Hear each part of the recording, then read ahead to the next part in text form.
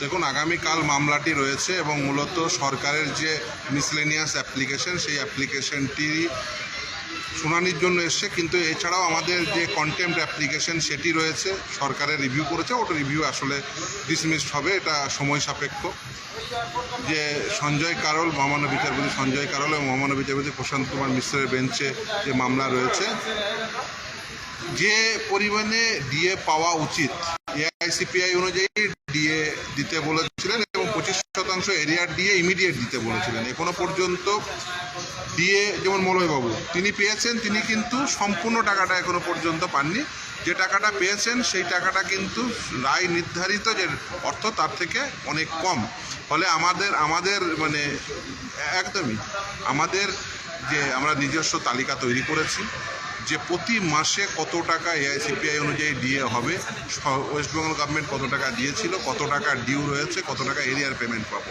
এখনও পর্যন্ত সেই এরিয়ার পেমেন্টটি পুরো অংশ পায়নি। এছাড়াও আপনারা জানেন হিন্দু মালত্রা কমিটি, যে 4 সদস্যের কমিটি, সেই কমিটি নির্দিষ্টভাবে একটি পোর্টাল তৈরি করতে বলেছিল এবং সেই পোর্টালের তথ্য confederation of state government employees, অর্থাৎ মূল মামলাকারী সংস্থা, মূল মামলাকারী যে কর্মচারী ইউনিয়ন, তাদের দিতে বলেছিল। মলয়দার কাছ থেকে ইমেল আইডি চেয়েছিল, তাই তো মলয়দা? এখনো পর্যন্ত সেই ইমেল আইডিতে এখনো পর্যন্ত এই যে পোর্টালের বিষয়ে কোনো তথ্য এখনো পর্যন্ত দেওয়া হয়নি। ফলে আমরা সেই সমস্ত বিষয় যেগুলো নিশ্চিতভাবেই আপনাদের অনেকের এই মুহূর্তে অনেক গ্রিভান্স রয়েছে, আমরা নিশ্চিতভাবেই যে পরিমাণ ডিএ হওয়া উচিত এআইসিপিআই অনুযায়ী আমরা তালিকা তৈরি করেছি, সেই অনুযায়ী এখনো পর্যন্ত হয়তো পেয়েছেন, অনেকে পেয়েছেন এবং বিশেষ করে অনেকে পাননি। ফলে সেই পুরো বিষয়টি আদালতের সামনে আশা করা যাক, দেখা যাক কী হয়।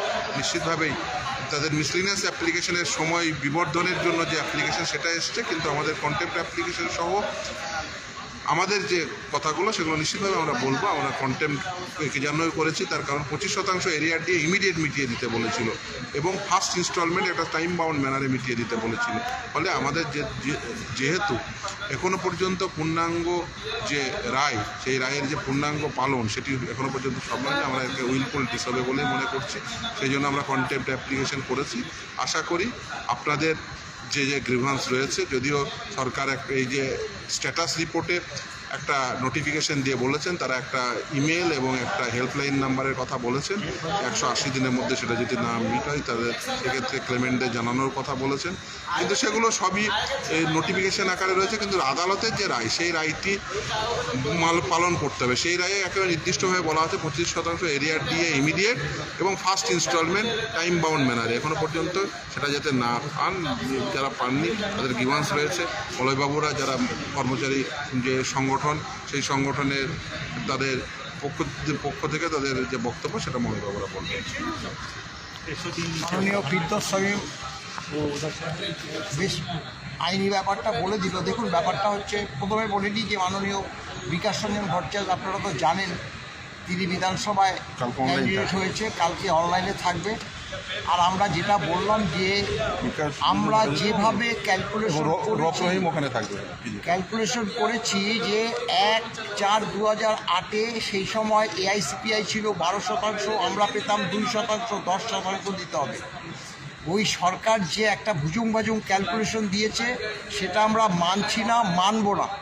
এবং আমরা যখন একদম 31/12/2015 আমরা 125 ও 164 এই হিসাবে দিতে হবে। সরকার ওই 50কে 25 আবার 57কে 18 এইসব আমরা কিছুতেই মানব না। আমরা একদম all India consumer price index অনুসারে, দেখুন ব্যাপারটা হলো, ঘটনাটা একটু লক্ষ্য করুন যে 1/1/16 আমরা মামলা করেছি 125 এআইসিপিআই, আমরা 75। তা আমরা সেই সময়টা ক্লেম করছি, আমরা 19-এ পাচ্ছি, সেটা 19 মানে 26-এ পাচ্ছি। তাহলে সেক্ষেত্রে সেটা কিভাবে 25 হয়? আমরা তো ইন্টারেস্টও ক্লেম করিনি। তাই আগামীকাল যে মামলা আছে আপনারা লক্ষ্য করবেন, আমরা আশা করছি সরকারকে বাধ্য করবে। আমরা দেখুন আর কিছু চাই না, সার্বিকভাবে সকলের জন্য একদম এআইসিপিআই মেনে যে ডিএটা সেটা এবং 1/4/2008 থেকে একদম 31/12/2019 পর্যন্ত দিতে হবে, যেগুলো ব্যালেন্স আছে। ভালো থাকবেন। আগামীকাল